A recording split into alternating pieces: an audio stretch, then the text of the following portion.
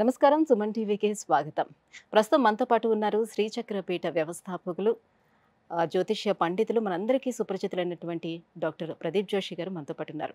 గురుగారు నమస్కారం అండి. శ్రీమాత్రే. గురుగారు, ఇవాళ ఒక చిన్న సందేహం ఏంటంటే, మనం పూజలో కూర్చునేటప్పుడు చాలామంది కూడా దేవతల్ని 108 నామాలతో లేదంటే 1000 సహస్రనామాలతో మనం అర్చిస్తూ ఉంటాం. ఎందుకని దేవతల్ని అలా పొగుడుతూ ఉండాలి? అవన్నీ నామాలన్నీ కూడా మాక్సిమం పొగుడుతున్న విధంగానే ఉంటాయి కదా. సో అలా ఎందుకు దేవతల్ని పూజించాలి? అలా పూజిస్తేనే వాళ్ళు మనకి మంచి చేస్తారా? ఎందుకు చేయాలంటారు? శ్రీ గురుభ్యో నమః. శ్రీమాత్రే నమః. అయి జగదంబ కదంబ వన ప్రియవాస విలాసిని హాసరతే శిఖరి శిరోమణి తుంగ హిమాలయ శృంగ నిజాలయ మధ్యగతే మధు మధురే మధు కైటభంజని కైటభంజని రాసరతే జయ జయ హే మహిషాసురమర్దిని రమ్యకపర్దిని శైలసుతే. ఇప్పుడు నేను ఏదైతే ఈ శ్లోకం చెప్పానో ఈ శ్లోకము ఛందోబద్ధంగా చెప్పబడినటువంటిది. అసలు ఛందస్సు అంటే ఏందో మనకు తెలుసు? ఎవరు తెలియదు. ఎవరైనా తెలుగు మీడియం చదువుకొని ఉంటే వాళ్ళకి బాగా తెలుస్తుంది. యమాతారాజ బాణ సలగం అని అంటారు. దీన్ని ఛందశాస్త్రం యొక్క బేసిక్ ఫార్ములా ఇది. సో ఇప్పుడు నేను ఎక్కడ హై చేయాలి, ఎక్కడ లో చేయాలి, ఎక్కడ నార్మల్గా వెళ్తుంది అనేది హై పిచ్ లో పిచ్ ఇది ఒక ప్యాటర్న్ ఉంటుంది. దీన్ని కనుక మీరు ఒక సౌండ్ సిస్టంలో సౌండ్ వే ప్యాత్లో కనుక చూస్తే ఇది సిస్టమేటిక్గా ఒకే ప్యాటర్న్లో వస్తుంది. ఇప్పుడు మామూలుగా వాయిస్ రికార్డర్ ఉంటుంది కదా, ఇదే ఈ మంత్రాన్ని ఏదైతుందో మీరు ఉదాహరణకి లలితా సహస్రం ఉంది, మీ అందరికి వస్తుంది కాబట్టి వాయిస్ రికార్డర్లో లలితా సహస్రం పెట్టండి. పెట్టి వాయిస్ రికార్డ్ పెట్టుకొని శ్రీమాత శ్రీ మహారాజ్ఞి శ్రీమత్సింహాసనేశ్వరి చిదగ్నికుండ సంభూత దేవకార్య సముద్యత ఉద్యద్భాను సహస్రాభ చతుర్బాహు సమన్విత రాగస్వరూప పాషాఢ్య క్రోధాకార అంకుశోజ్వల. ఇలా మీరు అంతా చదువుతూ వెళ్ళండి. ఆ తర్వాత ఆ సౌండ్ తిరిగి ప్లే చేయండి. ప్లే చేసినప్పుడు అంత ఒకే ప్యాటర్న్ వెళ్తుంది. అవునా? ఆ గీతలన్నీ ఒకే ప్యాటర్న్లు వస్తాయి. దీన్నే ఛందశాస్త్రము అంటారు. ఛందశాస్త్రము మహాద్భుతమైనటువంటిది. ఇప్పుడు ఒక పక్షి ఒక అరుపు అరిచింది, అదేమైనా మీకు అర్థమవుతుందా? ఒక నెమలి కూడా అరిచింది, మీకు ఏమైనా అర్థమవుతుందా? పులి గాండ్రించింది, మీకు ఏమైనా అర్థమవుతుందా? ఆవు అంబా అంది, మీకు ఏమైనా అర్థమవుతుందా? మీ అమ్మాయి వచ్చి అమ్మ ఆకలిస్తుంది అంది, మీకు అర్థమవుతుందా? ఇది అర్థమవుతుంది. ఎందుకోసం? అది మీ భాష కాబట్టి. ఈ సమస్తమైన ప్రకృతిని మొత్తం కూడా కలిపే ఒక భాష ఉంటుంది, అదే ఛందశాస్త్రము. అందుకే ఈ యొక్క వేదాంగములు 6. ఆ వేదాంగము లోపల జ్యోతిక్ కల్పో, మొదలు గుర్తుపెట్టుకోండి, జ్యోతిక్ కల్పో నిరుక్తం చ శిక్షా వ్యాకరణం తత ఛందో విచితిరేతాని షడంగాని విదుస్మృతే. ఈ శ్లోకం గుర్తుపెట్టుకోండి. ఇప్పుడు నేను చెప్పింది కూడా మీరు మళ్ళీ ఒక రీసెర్చ్ ప్యాటర్న్ కూడా చేసుకోవచ్చు.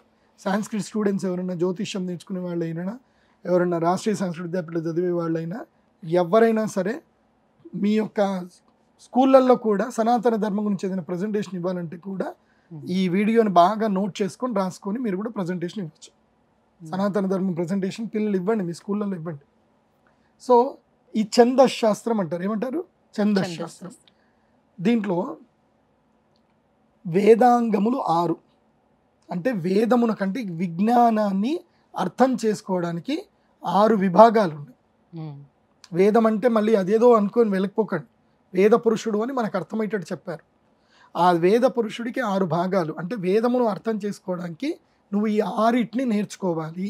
ఈ 6 తెలిస్తే నీకు వేదం అర్థమవుతుంది. అంటే ఈ సృష్టి యొక్క రహస్యము, ఈ సృష్టి ఏంటి అనేది నీకు ఈ విశ్వ చైతన్యం అనేది నీ లోపల వస్తుంది. సో 6 ఏమిటంటే, మొదలు జ్యోతిష్ శాస్త్రం నేర్చుకోవాలి. జ్యోతిష్ శాస్త్రం అంటే ఏమిటి అని అంటే ఇట్స్ అ యూనివర్సల్ లాంగ్వేజ్. జ్యోతిష్యం ఏంటి? Universal language. అంటే నేచర్ని మనం ఎలా అర్థం చేసుకోవాలి, నేచర్లో జరిగే వాటితోటి ఏం జరగబోతుంది, ఏం జరుగుతుంది అనేటివన్నీ తెలుసుకోవాలంటే జ్యోతిష్ శాస్త్రం ఉండాలి. ప్రపంచంలో ఏ జంతువు గురించి కానీ ఏ ప్రాంతంకు వెళ్ళినా ఆ ప్రాంతం యొక్క లక్షణం ఇవన్నీ తెలియాలంటే నీకు జ్యోతిష్ శాస్త్రం ఉండాలి. ఒక సిస్టమ్ ఉంటుంది. నాకు ఒకళ్ళు దాదాపు 8 ఏళ్ల క్రితం, అప్పట్లో ఈ గుప్త నిధులది బాగా నడుస్తూ ఉంటాయి. 8 ఏళ్ల క్రితం నన్ను గుప్త నిధులు చూపించుకోవడానికి నన్ను తీసుకెళ్ళారు. అంటే నాకు అది తెలుసు కాబట్టి నన్ను తీసుకెళ్ళారు. నా కళ్ళకు గంతలు పెట్టి తీసుకొని పోయారు వాళ్ళు. ఫ్లైట్లో దిగాము. దిగిన తర్వాత కారు ఎక్కించుకున్నారు. అంటే మీకు ఏరియా తెలియకూడదు. తెలియకూడదు. సో అదొకటి ఉంది, అద్భుతమైంది. ఆ టెంపుల్ చూపించాలి కాబట్టి ఏం చేశారు, నన్ను కళ్ళ గంతలు పెట్టేసి నన్ను తీసుకెళ్ళిపోయారు. మొత్తం అంతా అయిపోయింది. తీసుకెళ్ళిన తర్వాత నన్ను అక్కడ దించారు. దించిన తర్వాత కళ్ళ గంతలు తీశారు, భోజనాలు చేసాం, చూసాం ఆ శివాలయం లోపల ఏముంది అనేది. చూసిన తర్వాత నేను చెప్పాను, ఇది ఉంది, దీన్ని ముట్టకండి, ఇది దిగ్బంధనం చేసింది, దీనికి ఇంకా ఇంత ఆయుష్ ఉంది, దీని జోలికి వెళ్ళకండి అని చెప్పాను. చెప్పిన తర్వాత నన్ను మళ్ళీ కళ్ళ గంతలు కట్టబోయారు. కళ్ళ గంతలు పెడితే నేను చెప్పాను, నేను ఎక్కడున్నానో మీకు తెలుసా, మీకు తెలియదు అనుకుంటున్నారన్న. నీ కళ్ళ గంతలు పెట్టి తీసుకొచ్చిన మీకు ఎట్లా తెలుస్తుంది అని అంటే, ఇమ్మీడియట్లీ ఆకాశంలో ఏదైతే కనుక ఈ సూర్యమండలం వెళ్తూ ఉంటుంది కదా, ఒక కర్ర పుల్ల పెట్టి లెక్కేసి దీన్ని బట్టి ఇప్పుడు నేను ఏ లాంగిట్యూడ్లో ఉన్నా అని చెప్పి ఇమ్మీడియట్లీ రాసి చెప్పాను. పలానా సముద్రానికి నేను ఇంత దూరంలో, తూర్పుకి ఇంత దూరంలో ఉన్నాను అని చెప్పాను. వాళ్ళు నోరు ఏంది గురుగారు. సో ఇది నాకు తెలుసన్నంత మాత్రాన్ని మీరేం కంగారు పడకండి. ఈ దేవాలయం నిర్మాణం లోపలనే ఆ యొక్క ఇది ఎక్కడ ఉంది అనేది దేవాలయ నిర్మాణంలోనే ఉంది. అది నేను చూసి చెప్పాను. కాబట్టి నా దగ్గర మీరేమీ చిన్నపిల్ల అట్లా ఆడకండి. ఇది నాకు కూడా అక్కర్లేదు. నా ఫీజు ఏదో నాకు ఇచ్చేసింది, నేను వెళ్ళిపోతానని చెప్పేశాను. మళ్ళీ వాళ్ళు నన్ను తీసుకెళ్ళి డ్రాప్ చేశారు. ఎప్పుడైతే నేను చెప్పానో అది ముట్టొద్దు అని చెప్పాను, ఆవిడ నేను చెప్పిన మాట వినకుండా కూడా ముట్టింది. ఆ ముట్టిన తర్వాత ఆమె చేతి ఇక్కడ నుంచి ఇక్కడ దాకా నల్లగైపోయింది కంప్లీట్గా. నేను చెప్పా ఆ శివాలయం లోపల శివుని ముట్టొద్దని చెప్పా. వినలే. ఇక్కడనే కొత్తగూడలో ఉంటారు, కొత్తపేటలో ఉంటారు, దిల్సుఖ్నగర్లో. ఆ చేతికింత నల్లటి వెంట్రుకలు ఇక్కడ ఉంటాయి. ఇవన్నీ కూడా నేను చెప్పా ముట్టొద్దు అని చెప్పిన, వినలే, ముట్టారు. శివలింగాన్ని ముట్టారు. కొన్ని ఒక్కొక్క శివలింగం ఒక్కొక్క ధాతువులతో తయారు చేస్తారు. అవి దేనికోసం తయారు చేస్తారో దానికి అట్లా వదిలేయాలి, వాటిని మనం టచ్ చేయకూడదు. కొన్ని అద్భుతమైన శక్తులు ఉన్నాయిలేండి, నేను టైం దొరికినప్పుడు చెప్తాను. అట్లాంటి శివాలయాలు చాలా ఉన్నాయి. ఆ శివుడి మీద పడ్డ నీళ్ళని తాగితే ఎలాంటి ఆరోగ్య సమస్యలు కూడా తీరిపోతాయి, అనారోగ్య సమస్యలన్నీ కూడా తీరిపోతాయి, అలాంటివి ఉంటాయి. సరే, జ్యోతిష్యం, ఇలా జ్యోతిష జ్ఞానం ఉండాలి. కల్పశాస్త్ర అంటే జ్యోతిష్ శాస్త్రాన్ని ఏమంటారు అంటే కళ్ళు అంటారు. కళ్ళు లేకపోతే మనకి ఈ ప్రపంచంలో ఏమైనా తెలుస్తుందా? ఏం తెలియదు. జ్యోతిష్యం తెలియకపోతే ఏం తెలియదు. తర్వాత కల్పశాస్త్రం అంటే పాణి. కల్పశాస్త్రం అంటే ఏంటంటే చేతులు. అంటే మనం అన్నం తినాలన్నా ఏ పని చేయాలన్నా మనకి చేతులు కావాలి. సో మన నిత్యావసరాలు తీయాలంటే కల్పశాస్త్రం కావాలి. కల్పశాస్త్రం లేకపోతే మనకి జీవనం ముందుకెళ్ళదు. కల్పశాస్త్రం నేర్చుకోవాలి. తర్వాత వ్యాకరణం అంటే ముఖము, నోరు, మాటలు, ఇవన్నీ కూడా. అందులోపల ఛందశాస్త్రం వస్తుంది. ఏంటంటే ఛందపాదౌ. ఆ శ్లోకం కూడా చెప్తాను, రాసుకోండి. ఛందపాదౌ శబ్దశాస్త్రంచ వక్త్రం కల్పపాణి జ్యోతిషీ చక్షుషీంచ శిక్షాఘ్రాణం శ్రోత్రముక్తం నిరుక్తం వేదాస్యాంగాని ఏవమాహుర్మునీంద్రాః. ఈ శ్లోకం నోట్ చేసి పెట్టుకోండి, మీ ప్రజెంటేషన్లో ఇవ్వండి. ఇవన్నీ ఫార్ములాస్ నోటికి రావాలి. అదే సనాతన ధర్మంలో ఉన్న విద్యలో ఉండే గొప్పతనం. నాకు ఎప్పుడో చిన్నప్పుడు నేర్పించింది, ఇప్పటిదాకా నాకు ఆ ఫార్ములా గుర్తుంది. సో ఇందులోపల ఛందశాస్త్రం ఏం చెప్తుంది అని అంటే, నీ యొక్క ఆరా ఒకటి ఉంటుంది, నీ శరీరానికి ఒక ఆరా ఉంటుంది. నీ జన్మపత్రికను బట్టి నీకు నెగిటివ్స్ ఏంటి, పాజిటివ్స్ ఏంటి అన్నీ తెలుస్తాయి. ఏ గ్రహము ఎలా ఉంది అనే దాని మీద. ఇప్పుడు శనిగ్రహం బాగలేదా, శుక్రగ్రహం బాగలేదా? శుక్రగ్రహం బాగలేదనుకోండి, సంసార సుఖం ఉండదు. మొన్న ఈ మధ్యనే నాకు ఒక క్లయింట్, ఆమె జాతకం చూడగానే చెప్పా, అమ్మ నీ జాతకంలో శుక్రుడు బాగలేడు, నీకు వివాహ సుఖం లేదన్న. ఆమెకి 50 ఏళ్ళు. నేను టీచర్ పని చేస్తున్నానండి, నాకు పెళ్ళి కాలేదు, మీరు చెప్పింది కరెక్టే గురుగారు. మీకు శనిగ్రహం బాగలేడు, ఆ శని కూడా మీకు శత్రుస్థానంలో సప్తమాధిపతి శత్రువులో ఉన్నాడు, కాబట్టి మగవాళ్లతో మీకు ఇబ్బందులు జరుగుతూనే ఉంటాయి అని చెప్పి. అవునండి, నాకు చిన్నప్పటి నుంచి అదే సమస్య, అందుకే నేను పెళ్లి చేసుకోలేదండి అని చెప్పింది. ఓకే. అది జాతకం. ఎట్లా చెప్పాం మేము? ఈ ఈ యూనివర్సల్ ఆల్గారిథం అనేది మనకి గ్రహాలు చెప్తాయి. ఎందుకు? నువ్వు ఎవరు, నీవే పర్సనాలిటీ, నీకు ఏ ఎనర్జీస్ ఉన్నాయి, నీకు నెగిటివ్స్ ఏంటి, పాజిటివ్స్ ఏంటి, గ్రహాలు చెప్పేస్తాయి. జాతకం చూసి చెప్పేస్తాయి. అది చూసి దానికి విరుగుడు ఇవ్వాలి కదా. మరి ఇప్పుడు శుక్రుడు బాగలేడు అలాగని చెప్పి ఇప్పుడు నేను జ్యోతిష పండితుని చెప్పేశా, మరి నేను ఏం చేయాలి గురుగారు, మరి నాకు పెళ్ళి అవ్వాలంటే నాకేం తెలుసమ్మా అంటే కుదరదు కదా. దానికి ఛందశాస్త్రం కావాలి. ఆ ఛందశాస్త్రం అంటే నడవడం. ఛందస్సు అంటే ఏంటి? నడవడం. ముందుకు మనం వెళ్ళాలి, ఎక్కడ ఆగిపోకూడదు కదా. సో ఆ ఛందశాస్త్రం ఏం చెప్తుంది అని అంటే ఈ మంత్రం చదువు. ఇప్పుడు లలితా సహస్రం చదువుతున్నారు. రహస్యానాం రహస్యం చ లలితా ప్రీతిదాయకం అని చెప్పేసి అని ఉంటుంది. ఆ లలితా సహస్రనామం చదివితే అద్భుతమైన రాజయోగం వస్తుంది. నీ జీవితంలో నీ ఆరా మొత్తం ప్యూర్ అయిపోతుంది. కానీ అందరికీ లలితా సహస్రం పడదు. కొందరికి విష్ణు సహస్రం పడుతుంది, కొంతమందికి లలితా సహస్రం పడుతుంది, కొంతమందికి లక్ష్మీ సహస్రం వస్తుంది.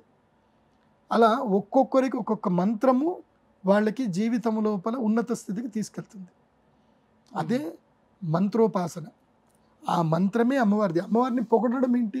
పొగడడం కాదు, అమ్మవారి యొక్క తత్వరహస్యము చెప్పేదే సహస్రనామాలు. ఇప్పుడు ఉదాహరణకి మనం లక్ష్మీ సహస్రం అన్నాం, మీరు అష్టోత్తర శతనామం అన్నాం. ప్రకృతి అయి నమః అని అన్నాం, అంటే అమ్మవారు ప్రకృతి. మళ్ళీ వికృతి అయి నమః అన్నాం, అమ్మవారు వికృతి. ఇదేంటండి అమ్మవారు ప్రకృతి అన్నారు మళ్ళీ వికృతి అన్నారు అంటే ఏంటంటే, అప్పుడు ఏం లేదు, మీ ఆవిడకి నచ్చిన పని చేయు, ఆవిడ ప్రకృతి. మీ ఆవిడకి నచ్చని పని చేయు, అప్పుడు వికృతి. అంతే. సో అమ్మవారికి ప్రకృతికి నువ్వు అనుకూలమైన పని చేయు, అమ్మవారిని నేను అనుగ్రహిస్తుంది. ప్రకృతి అమ్మలాగా నేను దగ్గర తీసుకుంటా. ప్రకృతికి విరుద్ధంగా చెయ్యు, కరోనా లాంటి దాంతో వికృతి ఇస్తుంది. సో అంతే. అది మనకి రితం మనం అర్థం చేసుకోవాలి. మంత్రాలు అంటే ఓన్లీ ఓం ప్రకృతి నమ, వికృతి నమ, విద్యా నమ, శ్రీ నమ, సౌభాగ్య నమ, మహాలక్ష్మి నమ అలా అలా చదవడం కాదు. చదువుతున్నప్పుడు దాన్ని నువ్వు అర్థం చేసుకోవాలి, అవగాహన చేసుకోవాలి, ఓన్ చేసుకోవాలి. అప్పుడు ఆ మంత్రం నీకు అదృష్టాన్ని ఇస్తుంది. వేస్తే ఏమొస్తుంది? అందుకే నేను మంత్రం చదివేటప్పుడు మా నాన్న చెప్తాడు, మంత్రం చదివేటప్పుడు స్పష్టంగా చదువు. ఆ మంత్రం చదువుతున్నప్పుడు ఆ అర్థము నీ లోపల నువ్వు అవగాహన చేసుకుంటూ చదువు, అయితే నీకు సిద్ధిస్తుంది, లేకపోతే సిద్ధించదు. ఎందుకోసం అంటే టేప్ రికార్డ్లో మంత్రం చదివింది ఒకటే, నువ్వు చదివింది ఒకటే. నువ్వు అర్థసిద్ధి లేని మంత్రం నీకెందుకు? భావశుద్ధి ఉండాలి. భావశుద్ధి లేని మంత్రం కానీ మాట కానీ కాదు, కుదరదు. ఉదాహరణకి నీ ఫ్రెండ్సే ఉన్నారు, ఏదో చుట్టాలకు పెళ్ళికి వెళ్ళారు, మిమ్మల్ని పలకరిస్తారు. కొంతమంది పలకరిస్తే బాగున్నావా అని పలకరిస్తే అదొక అటాచ్మెంట్ లాగా ఉంటుంది. కొంతమంది ఫేక్ స్మైల్స్ ఇస్తారు, బాగున్నావా అని అడుగుతారు, అంటే అడగాలి అని అడుగుతారు. సో భావం అనేది ఉంటుంది కదా, ఆ ఇంటర్నల్ ఫీల్ అనేది, ఆ సోల్ లేకపోతే వేస్ట్. నువ్వు ఆ సోల్ పెట్టి చదువు. ఆ మంత్రము చదివేటప్పుడు ఆ యొక్క మంత్రార్థాన్ని అర్థం చేసుకుంటూ అమ్మవారితో కనెక్ట్ అయ్యి చదువు. అమ్మ పక్కనే ఉంటుంది, అమ్మ ఎక్కడో లేదు. అమ్మవారు ఈ యూనివర్సల్లో అణువణువ ప్రతి చోట ఉంది. కాకపోతే నువ్వు ఎక్కడో ఉందని నువ్వు అనుకుంటూ నువ్వు చేస్తున్నావు అనుకో, అమ్మవారు అక్కడే ఉంటుంది. అమ్మ నా పక్కనే ఉంది, నా ఎదురుగానే ఉంది, నాతో మాట్లాడుతుంది. యాదేవి సర్వభూతేషు శక్తి రూపేణ సంస్థిత నమస్తస్యై నమస్తస్యై నమస్తస్యై నమో నమః అని సమస్త భూతముల యందు ఆ జగదంబని మనం తలుచుకుంటూ ఈ లలితా సహస్రనామం అష్టోత్తరాలు చక్కగా చదవడం వల్ల పూజలు సిద్ధిస్తాయి, లేకపోతే పూజలు సిద్ధించవు. అదే గురుగారు, చాలా మందికి ఇప్పుడున్న వాళ్ళందరికీ కూడా వచ్చే డౌట్, మంత్రాలు కానివ్వండి, శ్లోకాలు కానివ్వండి, స్తోత్రాలు కానివ్వండి, అన్నీ కూడా మనకి సంస్కృతంలోనే ఉంటాయి. మనకి తెలుగే సరిగ్గా రావట్లేదు. ఇప్పుడు ఈ సంస్కృతిలో ఉన్నటువంటి ఈ శ్లోకాలని సరిగ్గా చదవలేకపోతున్నారు, ఉచ్చరించలేకపోతున్నారు సరిగ్గా. అప్పుడు దోషం అనేది ఉంటుందా? సో అలా చదవలేనప్పుడు ఆల్టర్నేట్ సొల్యూషన్ ఏంటి? No alternate solutions, you have to learn. నాలుక తిరగాలి. ఉల్లిపాయలు ఎల్లిపాయలు దొరికినట్టుగా తినుకుంటూ నాలుక మొద్దు మారితే అంతే ఉంటుంది. దానికే మీకు మణికొండలోనే గోల్డెన్ టెంపుల్కి పక్కనే సంస్కృత భారతి బిల్డింగ్ ఉంది. మీరు రోజు సాయంత్రం వస్తాను అంటే మీకు సులభంగా 10 రోజుల్లో కూడా సంస్కృతం నేర్పిస్తారు. మీకు బెంగళూరులో కూడా గిరినగర్లో సంస్కృత భారతి కార్యాలయం ఉంది, అక్కడికి వెళ్ళినా సంస్కృతం నేర్పిస్తారు. లేదు మీరు సంస్కృత భారతి దశదిన సంస్కృతం అని యూట్యూబ్లో కొట్టండి, మీకు 10 రోజులు సంస్కృతం నేర్పించేటి కూడా ఉన్నాయి. మీరు గోష్పద క్షేత్రంకి వెళ్ళండి, రాజమండ్రిలో గోవూరుకి వెళ్ళండి, అక్కడ కూడా మీకు ఒక విద్యాపీఠం ఉంది, ఒక విద్యాలయం ఉంది, అక్కడ కూడా మీకు సంస్కృతం నేర్పిస్తారు. మా గురువు గారు దోర్బల ప్రభాకర్ శర్మ గారు. మీకు ఎక్కడికి వెళ్ళినా సంస్కృతం నేర్చుకోండి. ఎందుకోసం అంటే మనకి భగవంతుడు ఇచ్చింది నాలుక. ఈ శబ్దము మనం చక్కగా పలకగలిగితే ఈ బ్రెయిన్ కూడా యాక్టివ్ అవుతుంది. మంత్రము వల్ల బ్రెయిన్ యాక్టివేట్ అవుతుంది, గుర్తుపెట్టుకోండి. మేము ఇన్ని ఫార్ములాస్ ఎట్లా గుర్తుపెట్టుకుంటున్నాం, ఎట్లా మాట్లాడుతున్నాం. సో దానికి ఒక అద్భుతమైన శక్తి ఉంటుంది. జగ్గి వాసుదేవన్ గారికి మొన్న బ్రెయిన్ సర్జరీ చేసేటప్పుడు డాక్టర్లు కూడా ఆశ్చర్యపోయారు. ఏదో ఉంది అనుకున్నాం, ఏం లేదు, ఆయన నవ్వుతూ క్యూర్ అయిపోయాడు. Because he can cure himself with chantings. So అలా గొప్పలు చాలా జరుగుతాయి. కాబట్టి సంస్కృతం నేర్చుకోవాల్సిందే. సంస్కృతానికి పెద్ద కూతురు ఎవరు అంటే, ఎవరు పెద్ద కూతురు? మన తెలుగే, ఆంధ్ర భాష. సంస్కృతంలో ఎంత క్లిష్టతరమైన శబ్దాలు ఉంటాయో తెలుగులో కూడా అంత క్లిష్టతరమైన శబ్దాలు ఉంటాయి. సంస్కృతం తర్వాత అంత క్లిష్టతరమైన వాళ్ళు అడుగుతూ ఉంటారు, ఇప్పుడు మేము సంస్కృతంలో చదవలేకపోతున్నాం కదా, దాని భావార్థం ఉంటుంది కదా, దాన్ని మేము చెప్తే సరిపోతుందా, అలా దానివల్ల మనకి ఏమైనా ఫలితం ఉంటుందా అని అనేది ఉంటుంది. భావంతో కొంచెం ఉంటుంది, బికాస్ సైకలాజికల్ బాడీ కదా. కానీ సంస్కృతం నేర్చుకోవాలి. మొదటికే ఓడిపోయి మనం ఒప్పుకోకూడదు కదా, కష్టపడాలి, నేర్చుకోవాలి, అందరూ నేర్చుకోవాలి. అందుకే కదా మేము ఇంత కష్టపడి మేము అంతా చెప్పేది. ఎందుకోసం? మళ్ళీ సంస్కృతం అందరూ నేర్చుకోవాలి. సంస్కృతం పెద్ద కష్టమైన భాష కాదు. ఇంట్లో రోజు ఒక గంట సేపు ఆ దిక్కుమాలిన tick tick tick tick tick అని రీల్స్ చూసే బదులు, ఒక గంట సేపు సీరియల్స్ చూసే బదులు ఒక గంట సేపు యూట్యూబ్లో సంస్కృత శిబిరాలు, సంస్కృతం లెర్న్ సంస్కృత్ త్రూ తెలుగు అని కొడితే వచ్చేస్తుంది. చాలా ఆల్రెడీ వీడియోలు చాలామంది చేసి పెట్టారు కూడా, నా ఫ్రెండ్సే చాలామంది చేసి పెట్టారు. సో నేర్చుకోండి, సంస్కృతం నేర్చుకోండి, ఏం పర్లేదు. మనిషి అనేటువంటి వాడు ఎప్పుడు నేర్చుకుంటూ ఉండాలి.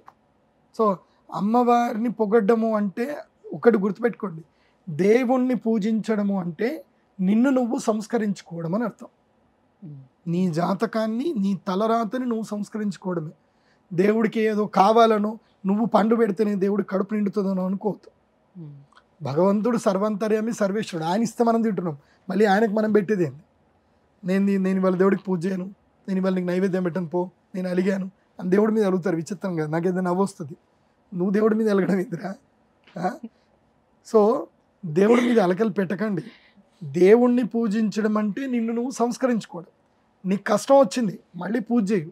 ఇంకా కష్టం వచ్చింది, ఇంకా ఎక్కువగా పూజ చేయి. అందుకోసం మన గౌరవ నరేంద్ర మోదీ గారు చెప్తారు, మన ప్రధానమంత్రి, ఆయన దీంట్లో చెప్పారు, మీరు ఇంకా నన్ను ఏమన్నా చెప్పండి, ఇంకా నేను గట్టిగా ఇంకొన్ని సూర్య నమస్కారాలు ఎక్కువ చేస్తా అని చెప్పాడు ఆయన.